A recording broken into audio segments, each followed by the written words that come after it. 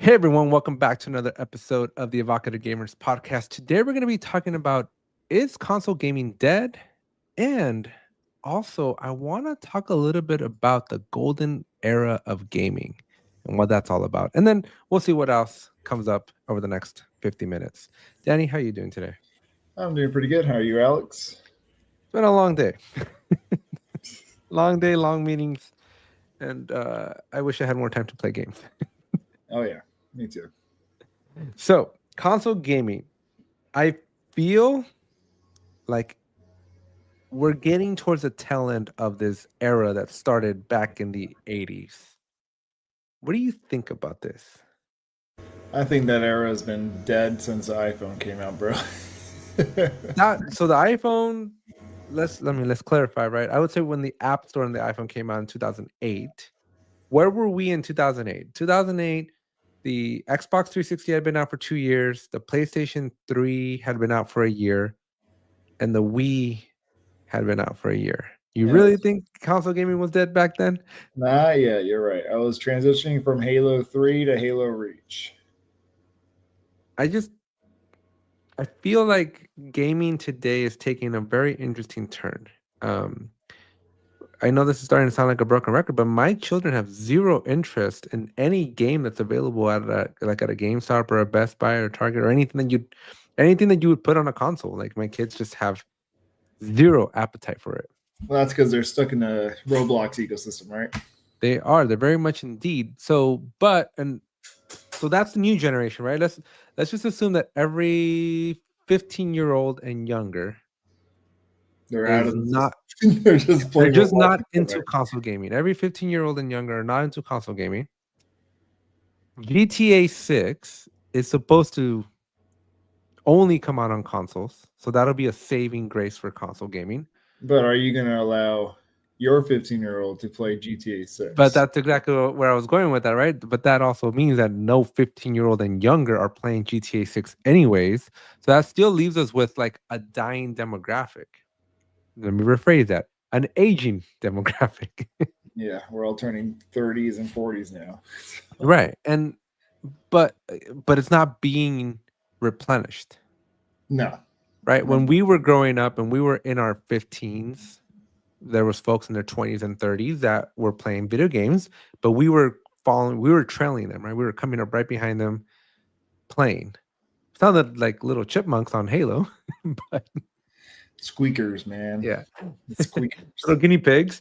But nonetheless, we were playing the games that the older generation were playing, but now I see us kind of wrapping up that talent. I don't even know that I'm comfortable saying that 20-year-olds are playing console games right now. No, I think everyone is stuck in their own game. There's one game that someone plays and that's all they play. So for Tony, it's TFT on League of Legends. I'm Not a PC, Fortnite.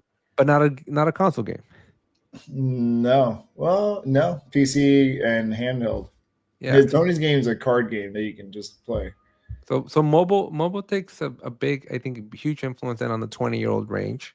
Mm. But I'm still very worried about console gaming. Then we have developments in Xbox, right? Or Microsoft, where you're seeing no incentive to drop a next generation console. We are 5 years into this current gen, and we should be doing refreshes right now. We're not seeing any of that. And we don't really see any exclusives anymore. So that's not a console exclusives is going away. What do we got? Gears on PlayStation now? And Halo, apparently. And Halo. So exclusivity is going away. GTA 6, is going to be multi platform. I'll see the Switch 2 have GTA 6. I'll bet you. Not in 4K though. Not unless you're docked. Did you see that? I was telling you from the get go. It's 1080p handled. Yeah. So you'll be on your belly not playing Fortnite in 4K. Yeah, unless you're docked. But I can play in my room 4K. But that's a great transition. So let's talk about that. So I think from a Microsoft perspective, console gaming, I don't know that they're even going to announce another console. No, so unless it's a handheld thing. Yeah, we might see the end of an era there. Handheld might come out, wishful thinking. PlayStation's kind of hard. Out of all the three, PlayStation has kind of said we're for the hardcore gamers. I saw that when PS5 came out, right? And well, actually PS4 when the whole debacle with Xbox One shipping with the Kinect camera, right? And I thought so the dancing game with Kinect was pretty fun. that game was pretty awesome. What was it? Dance Central. Yeah, that Those were fun. Those were fun, but again, PlayStation kind of came out swinging saying we know how to do gaming, but and they also had a cheaper cheaper console, didn't they? PlayStation. yeah, I mean PS4 was a lot more affordable than a PS5, especially a PS5 Pro. So really, you're now at this era of like, okay, so do I spend $800 on a PS5 Pro, or do I spend $1,300 on a custom rig? Custom rig would win unless you're trying to go for GTA 6. But GTA 6 is not going to be exclusive to consoles. It's launching. It'll come out in like 2 years, but if you want to play, be that long. So, look, but we also don't. But we're speculating, Danny. We're speculating on GTA 6 being a console only exclusive. Yeah, they said it was going to be console only exclusive, but they also said we were going to get it next week. That's true. So many things have been said. That's true. I think it's going to go to mobile game. So the Switch, the Steam Deck, Xbox, if they have a mobile thing. And then I think the other side of that will be PC games. Like you're going to have a PC, your own rig. I don't know if PlayStation would be the last standing console. I see a PlayStation 6 coming out. That's what, equivalent to a 4080? What do you think? Well, yeah, because the economies of scale, right? They take PlayStation 5 Pro performance. The PlayStation 6 has to compete at least at the PS5 Pro level. Yeah, or pass it, right? Or pass it, right? So what is PlayStation 5 Pro level compared to PC specs if you're using NVIDIA? Ooh, I don't know. 30. Well, it does 4K, native 4K, so it's got to be at least 3070 or 5070 where we're at now. So you think it's a 5070? I think it's a 5070, but I don't know that because it's not fair to compare because NVIDIA is really doing that whole. Not only is the ray tracing far superior than anybody else's ray tracing, but they're also really leveraging AI to do all the mathematics and all the pixel filling. Isn't that what the Switch is going to have in it? I think a lot of consoles are having ray tracing because that's like the latest fad.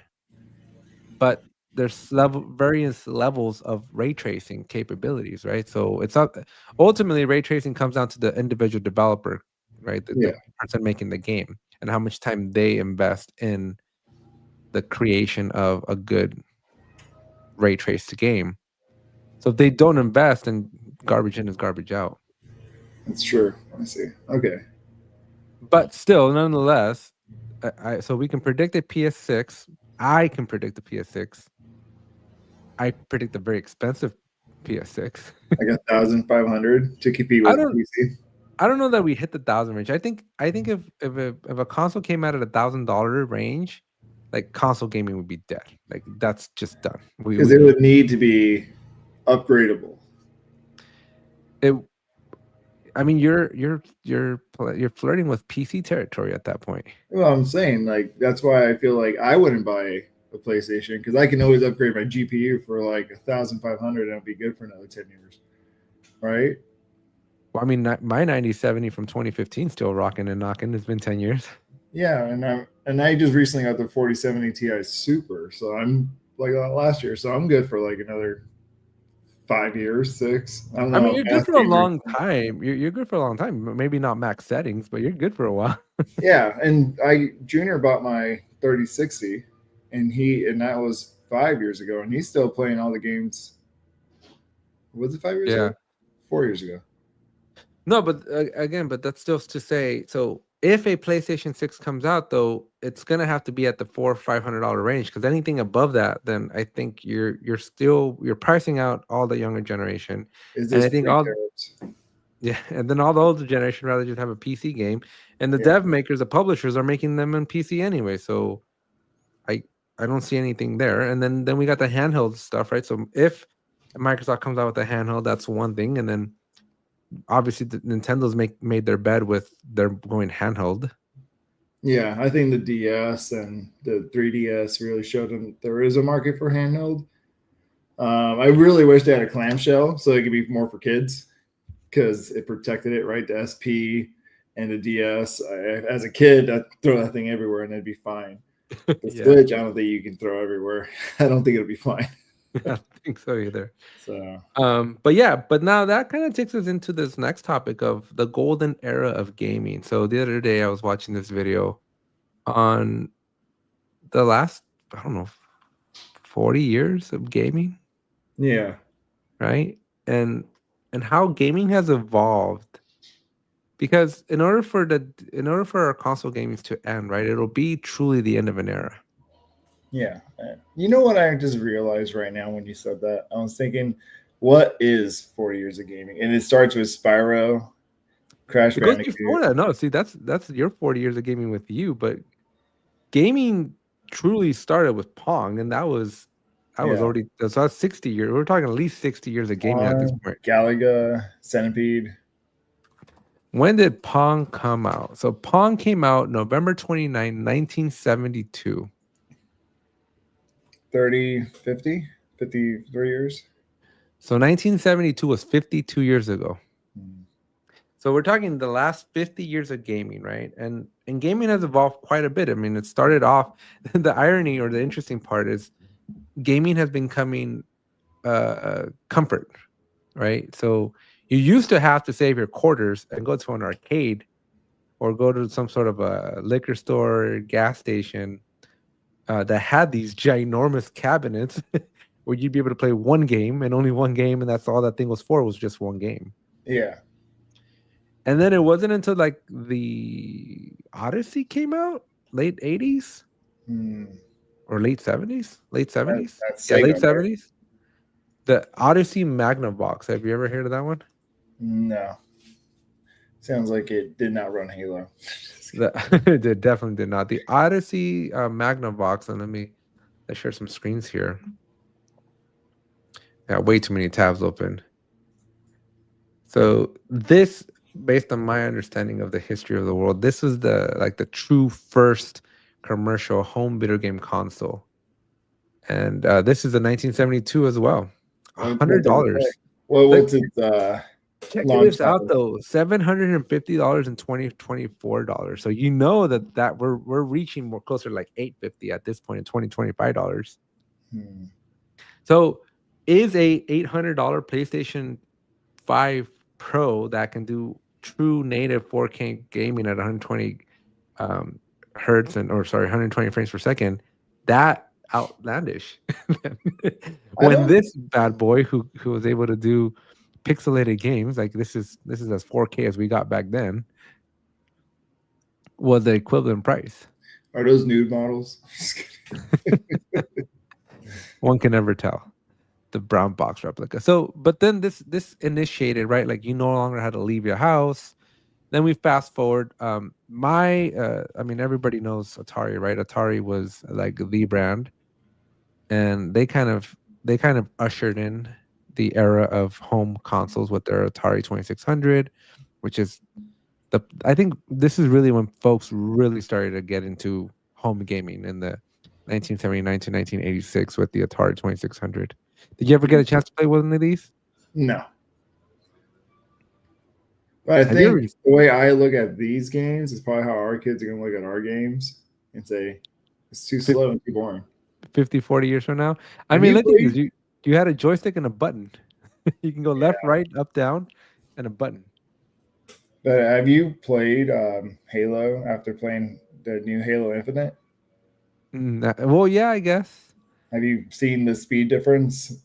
Yeah. There is definitely like an attention span thing going on where old Halo, original Halo, is so slow. It's like, bro, More up my speed, but it's definitely much more up my alley. that's what you're saying. It's more up your speed, right? I feel like I'm eventually gonna get the games are gonna go faster, dude, and my kid's gonna be playing like some kind of light speed game. And I'm like, what the heck? I They're just can't. gonna think about it, and they're in it. I'm going to my game, Dad. Go to sleep. But that's an interesting thing because growing up, it's super interesting you say that because growing up, I mean, you and I both played a lot of gaming growing up, but there was always this notion of like video games did something. It wasn't just bad because I think parents of the yesteryear, like my parents, your parents, they weren't really fully on board with the amount of gaming that we did. No. But So there my was always mom this, did beat him. yeah, there was always positives though. There's a lot of I think there's a lot of positives to the gaming, right? And reaction time, I think significantly higher. I mean, the amount of years that we spent playing GTA 3 and Vice City, San Andreas 4, 5, right? Yeah. Like your reaction time to a bunch of stuff, to Halo, right? To just seeing things in front of you, I think makes me a much more alert individual. Versus Yeah. my wife, who never played video games in her life, like her reaction time is so low. Like something can be Only coming right falls at you her. like 10 seconds later. Yeah. No, no, but seriously, like reaction times, like I would attribute it to video gaming. Yeah. You're just so used to the signal. But there's also I don't know that I would call it ADD because I don't think video gaming caused ADD because the amount of focus that you would need to have. So maybe the antithesis of ADD, right? I think folks, Hyperfixation. but I think people that grew up playing video games have probably a higher attention rate because my son, I don't know how to word this correctly. I don't know that I necessarily believe in ADD. Are I you was familiar talking with? about that yesterday with my wife. I think it's all the sugar our kids are eating. That has a lot to do with it, right? But I don't like I see my kids, right? I think a lot of people today categorize their kids too much as just, not being able to focus, but you can't expect someone to focus on something that they just don't like. And Yeah, it's interest, right? yeah, but here's something that our education system, unlike video games that have evolved over 50 years, our education system has been the same over the last 100 years. Sit at the desk. Here's a whiteboard. Blah, Yeah. blah, blah, blah. I mean, no, to their defense, we went from a green chalkboard to a whiteboard. That's true. But- and then soon they had the Elmo. Remember that? Yeah. But technology hasn't caught up to the education system, right? And so it's easy to say, oh well, kids play too many games and that's causing a pandemic in the world, an attention pandemic. But I think quite the opposite. I think video games teach you discipline and teach you curiosity and teach you focus more than anything else. Have you ever heard of the Super Mario effect? No, it's that. So Super Mario. Have you heard of Mark Rober? Yeah. I love him. His videos come out like what, every 6 months? Yeah. They used to be once a month, but now he makes so much money that he doesn't have to make them. I won't play through this whole thing, but I'll kind of give you the gist of it here. So Mark Rober made a TED Talk called The Super Mario Effect, which is tricking your brain into learning more. And the premise behind this video is that when you tell somebody to do a repetitive task, they can do it, but they'll get bored. But when you tell somebody to do a repetitive task, but you give them instructions like a video game, then a magical thing will happen. They want to beat it. They try infinitely harder. Is it a competitive thing, or is it like I need to solve this? Like, It's a gamification, really. Gamification. Gamification is what it comes down to. Gamification would turn into the Hulk. It's a gamification is really what it comes down to. So he was saying like when you had a point system, the results of you trying to perform changed drastically. But he then goes on to basically explain this experiment where he gave somebody instructions on how to do something, and all I got commercials. What ended up happening with the with the instructions is They were basically describing like how to play the first level of Mario World, Hmm. and you if you just read through it, most people just didn't understand what to do with it.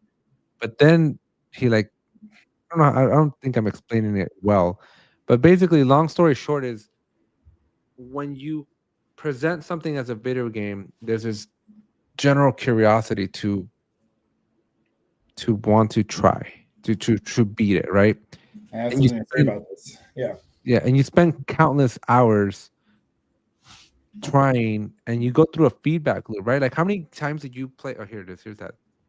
Here's the test that they did. Push button 3 for 5 seconds, push 6 for 1 second, and like nobody was like doing really well, right? But then they turned it into like a controller, and then everybody started excelling at it. And he's like basically was recreating the Super Mario Bros. Game. Oh, that's kind of cool. Yeah, it's a good watch. You should definitely watch. It's 15 minutes. But the Hmm. biggest premise of the whole thing here is that when you're playing a video game and you get to like a boss level and you die, you don't give up. And I think most of us today, when you hit something hard in life, you kind of just give up. Segue. There's a thing I've been reading into in the fitness world, talking about gamification of your fitness goals, and people actually achieve their goals more if there's like a structure like a video game. Yeah. Because people give up. You just said it. It's like, but if you keep trying and there's like a level up system and stuff, people actually like really get Yeah, into it. it's why Duolingo it did so well. Yeah, it's this progression system that you want to visually see you get better, and make it fun. Yeah, definitely make it fun. And I think that's the proper way to think about the future of everything. Now, I am worried. I am worried because as this console, as we go back to the beginning, right, and we talk a little bit about the golden era of video games, the golden era of gaming and console gaming for that matter followed this model. I can't say the same for current modern gaming. Do you feel the same level of critical thinking in Fortnite versus what you did in Halo? Fortnite, no. Fortnite, I'm just trying to survive. Right. So there's no critical thinking aspect to it, Well, right? maybe it depends on the There's scenario. strategy. I'll give you that there's strategy and tactic, Yeah, but maybe Halo's not a good example because it was first not a person good one. shooters, How about Elden Ring? yeah. Basically, any of these like older platformer games, right, where you had to like Little Big Planet is a great example. How many times did we not try to beat that last level a Little Big Planet, which was like nearly impossible because the timing was that game, that last level was all about timing. Yeah, have you heard of Elden Ring? It came out like 4 years ago, maybe less Mhm. 3, 2. Have Yeah, you played it?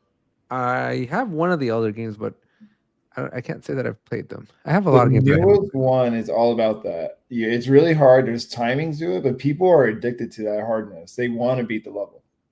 Yeah. But that's why I'm worried because my kids, I don't see any I real mental stimulation because there's no stimulation with Roblox. So here's what I think. So this is what I was gonna say earlier. You are into the game. Like I see that when you think about games is like your reaction time. That's the benefit of it, right? You're faster, you can focus on tasks or objectives more and this and that. I don't think you ever played video games as much as I did, or me. Junior's at the tail end of it, like at the start of it. He somewhat played in this era, but it was mostly me, Tony, and Under.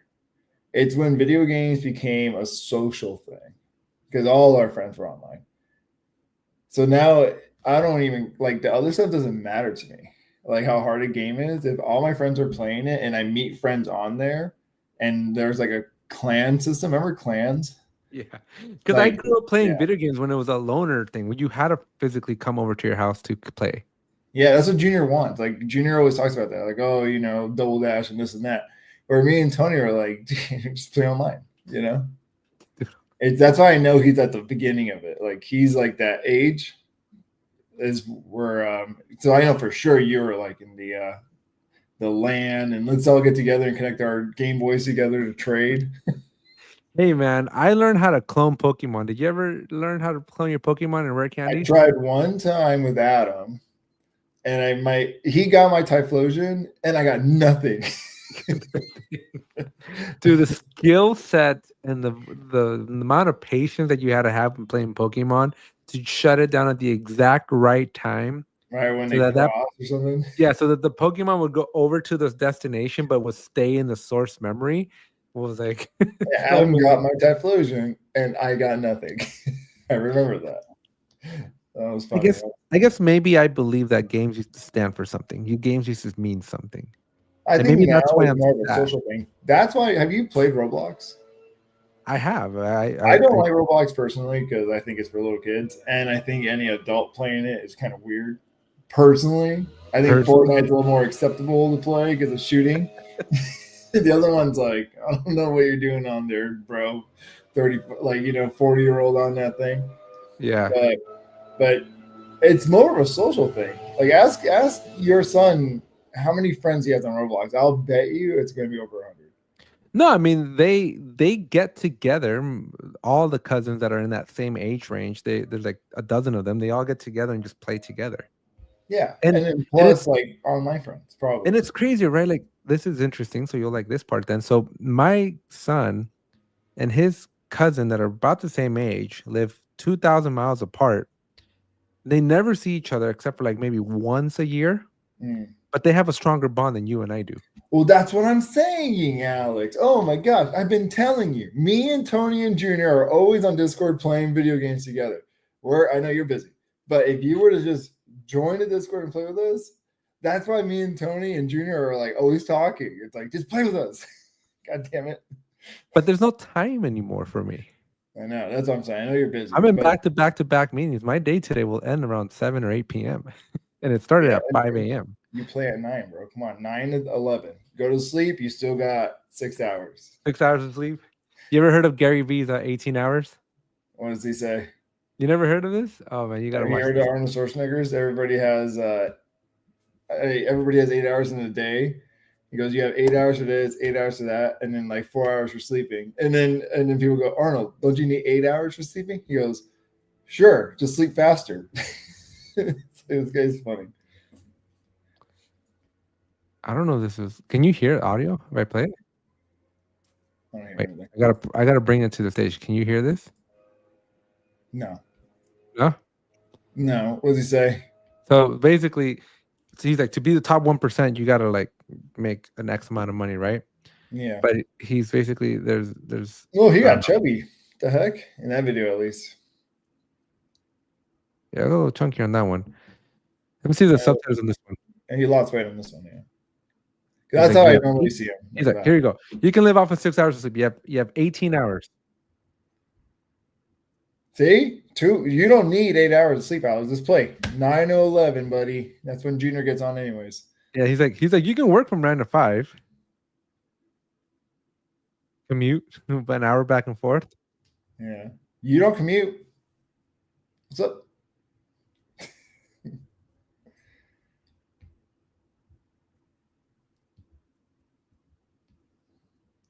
Yeah.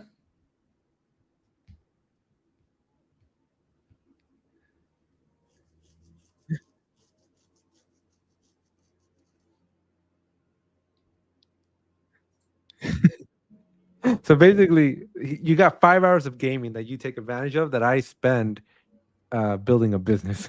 Whoa, whoa, whoa. I worked 12 hours the other day. I ain't playing a game. That was You the ain't old. playing it. I'm telling you, me, Junior, and Tony don't play in the weekdays anymore. We play on Saturday, if anything, for a little longer if my wife has a kid. But like, I can't play games when this kid's running around. I'm saying, dude, just play an hour, just 1 hour. You can give an hour to your cousins a week. I don't know.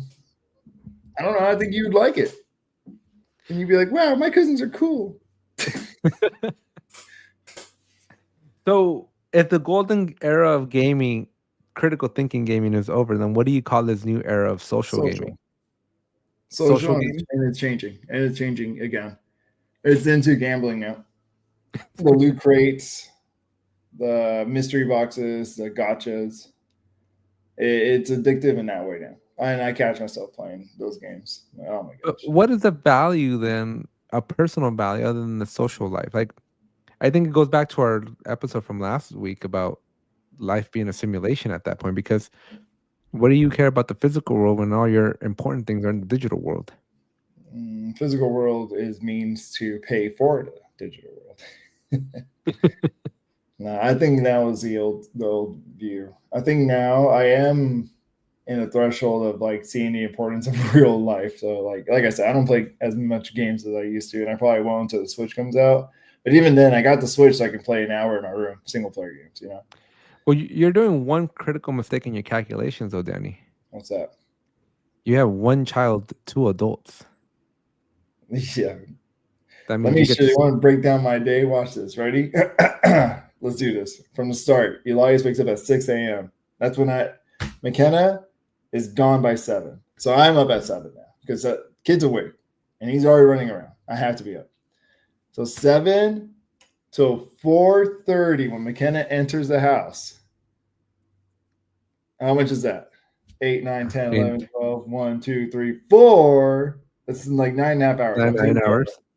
And then 1 hour I spend with my family, 5:30. And then I drive to work, 30 minutes, 6. And then I work from 6 to 2.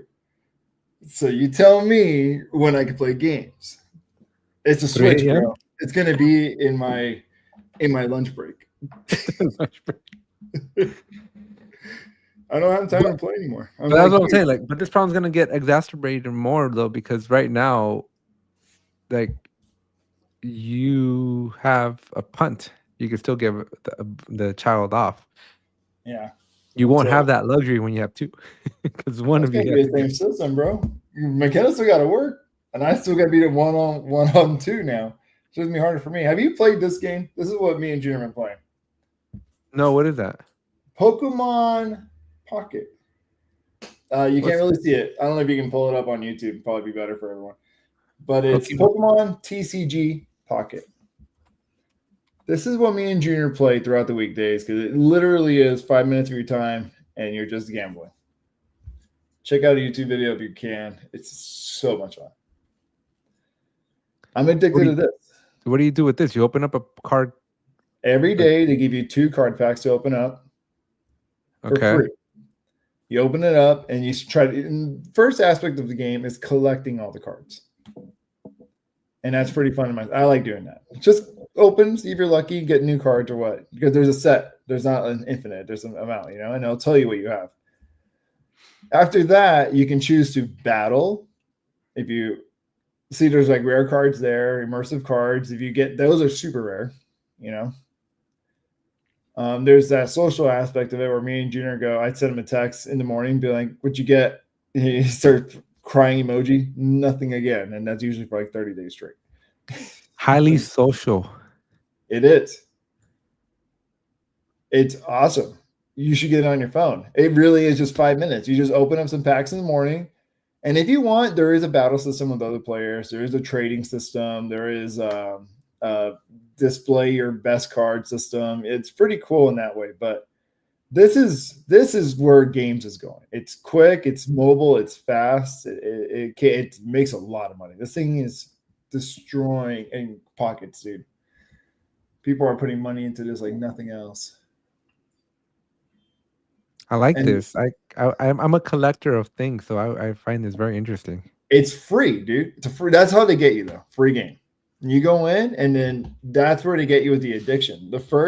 I think they say the first 10 packs you open are geared to be amazing. So you'll be like, wow, I'm really good at this. and then reality hits, and the odds come back down to like 0.03% of getting something good. And you buy more cards? You have the option to buy more cards, or you just wait the next day, which is what me and Junior do because we have no money.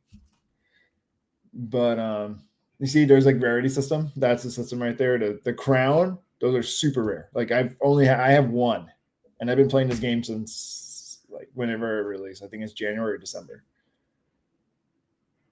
Every 12 hours, you can choose a booster pack to open at no cost. In the beginning, Alex, in the beginning was easy. There's 3 booster packs. Now there's like 12, and they each have their own set of cards you're trying to collect. So it's like, for you as a new player, I wonder which set you're going to try to beat first. Have you seen Pat Flynn's Deep Pocket Monster? No. What's that about? So this dude on YouTube, he goes, his name's Pat Flynn. I It's like called it. First, I think that's an adventurous name. I like it. I expect this guy to like paraglide everywhere. Pat Flynn. No, so he's got a channel. But he collects like, so he'll do like a whole, like in one day. Oh, he's a Pokemon card guy. Yeah. I wanted to do this. I tried. I have a lot of nice cards I got in real life, Including our original 1995 Charizards that we all lost somehow.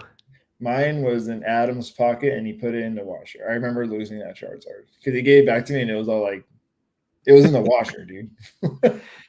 Let me tell you the little story about Pat Flynn here, though. So Pat Flynn is an engineer. No, he was a architect. Yeah. He went to school, top of his class. I think UC Davis or somewhere. Top of his class, Berkeley. UC Berkeley. Cum laude, like all the whole 9 yards, 4.0, nothing but the best, right? Yeah. Then he went to go get his job as an architect, and he actually designed like PF Chang's and stuff like that, restaurants. It was doing really, really well until 2008 that there was a recession and he got fired. He got laid off. So what did he do? Well, he went online and he aced. There's an exam that you have to take to become an architect, like a certification thing. And he got 100% on it when he took it. Wow. So he was like, let me make like a little quick tutorial on how to do this, on how to pass it. I got 100%. You guys want to know the secret? Yeah, basically, right? And so he did this. He whipped up a quick website again, 2008. Internet is barely coming out. And he started making a few $1,000s a month, then a week, then a day, then an hour. Wow. Yeah. And so he ultimately built something called Smart Passive Income, SPI. This is his website. And so he built this, basically this whole concept of like, hey, you can build a passive income by just having an online presence, which is a lot of the motivations to why we have this podcast, why I have all the other YouTube channels that I make. And so this guy he used to Pat Flynn earnings report. I don't know if they still have him on there. Let's see. So he used to publish these way back in the day. Yeah. But he would literally put how much he made off of everything. Like here was his earnings for that month. Wow. Right. So in 1 month he made $32,000 in book sales, $62,000 in ebook versus paper, Kindle royalties, audiobook, $96,000 in his audiobook. Right. And so like a crap ton of money. And then like there was just he's a month he's pulling in like $500,000. So that's how he gets all these Pokemon cards. Yeah, basically. Well, I mean, he's probably pushing. If I had a guess today in 2025, I would assume he's pulling in easily $1.5 million to $2 million a month. Wow. For himself. He tripled it. Yeah, easily.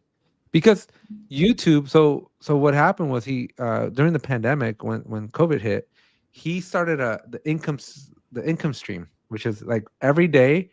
For an entire year, he live streamed. He's like, we're going to live stream until this pandemic's over.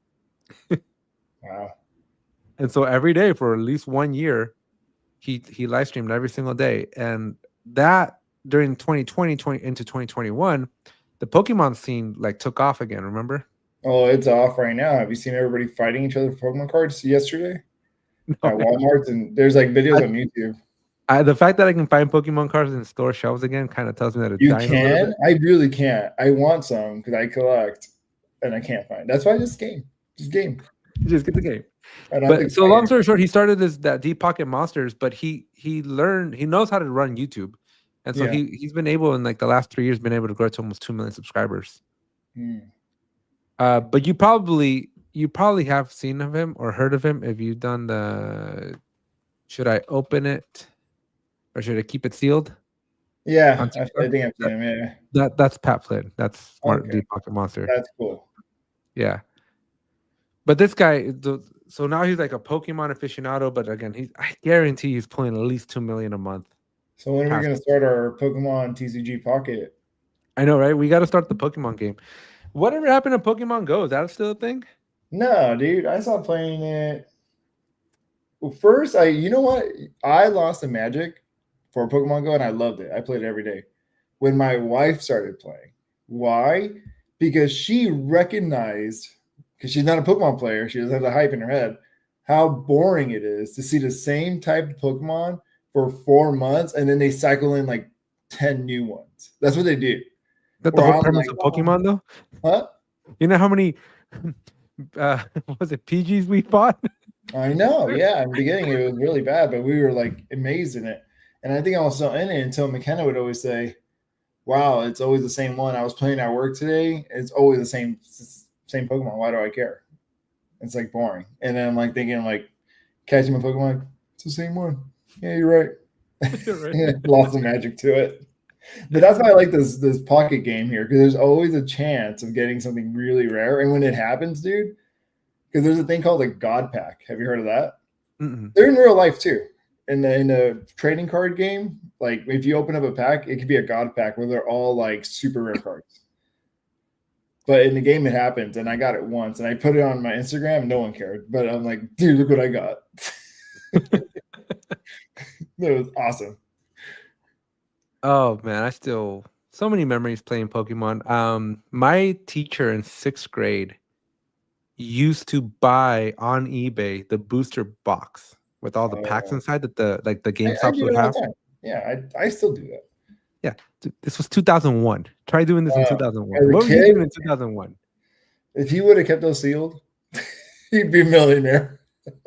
So, I mean, original Pokemons from 99 2000, because I left 6th grade in 2001. So this was easily late 99, early 2000, rolling into 2001 that this was all happening. And so he would go and buy the big old booster packs from eBay because he had a credit card that 11-year-old doesn't have. Yeah, sure. And he would buy him, and then he'd sell some to us, he'd give some to us, but what the most important thing is, he would open them up in class with us. And so he had all original 151 Pokemon and so many duplicates that he'd give us in extras, right? Because he just bought booster pack after booster pack after booster pack. Wow. Then he went to jail. What, for real? Yeah. You For never what? heard? What did You you never do? heard about my 6th grade teacher? No. Was it bad? Child pornography? Oh, yeah. Well, he was selling you guys Pokemon cards. Makes sense to me. Basically. So I never heard or seen him ever since, but whoever kept that collection of Pokemon cards from him, maybe some FBI like collective somewhere that they don't even know they're sitting on like a few $1 million worth of assets. Do you still have the Pokemon games? I have the red version, blue version. Do not lose them. I gave mine away to Misael a long time ago when I realized that all Pokemon games are being renewed for the new systems digitally. Oh yeah, like red fire green or red. Yeah, so I'm like, I don't fire really red. need the old ones, and Yeah, I leaf love green, my friend, so I gave him all my old Pokemon. They're each worth like over 200, and that's at the low end. They go up, so it's like Yeah, no, I have my original red or my original blue.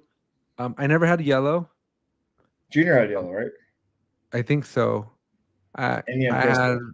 at the gold version. I don't think I ever had silver. Did you have crystal? I think Junior had crystal. Junior had crystal because he still talks about it. He always had the version that I never had for some The reason. special ones. Yeah. Oh, you had emerald. That's a special one. I did. Yeah, but that was later in life. Like that was by emerald. That was in like almost high school. Yeah, but oh yeah, you're in high school. For us, it's the third generation, man. It's not that hard. I'm like, you know that I have emerald because we bought that at Target. I know, and I remember they gave only one tray out per family. I'm like, bro, this guy's not my family. Did you get one? Huh? Did No, you get only one? you got it. I remember I was pissed. So Really? I'm like, we brought him here. This is my cousin, but he ain't in my house. I still have it. I still have the bin. I know. And I remember I was so salty. I was like telling my mom, like, bro, What was that about? She's like, I don't know. They're just stupid at the store. It's fine. Well, I mean, if you would have kept it, I would have ended up back at my house anyways. Yeah. Well, yeah. I still have a lot of the special tins and stuff. That whole, you know what's inside of them for the next generations, because I made a point for myself that every game that comes, I'm gonna get myself one. They all have my own special Pokemon cards in them. So like Really? the rare ones, yeah. Yeah. I've been trying to enter an era where I've been telling my wife, I'm like, I just want to buy 2 of everything now. Oh, Like one to play with and one to one to keep. just keep closed. That's what I do too. My wife's like, why don't you want to open anything? Like my figurines that I have around the house, these were all boxed in my closet. I had a bunch of anime figurines everywhere, all boxed. She's like, dude, why do you buy them and just store them? Like, I don't know. The collector in me is like, the value's gonna go up. And so she made me open them all up. So all over my house, there's a bunch of figurines now all open. So we'll see what this is worth in the future. So it's open now.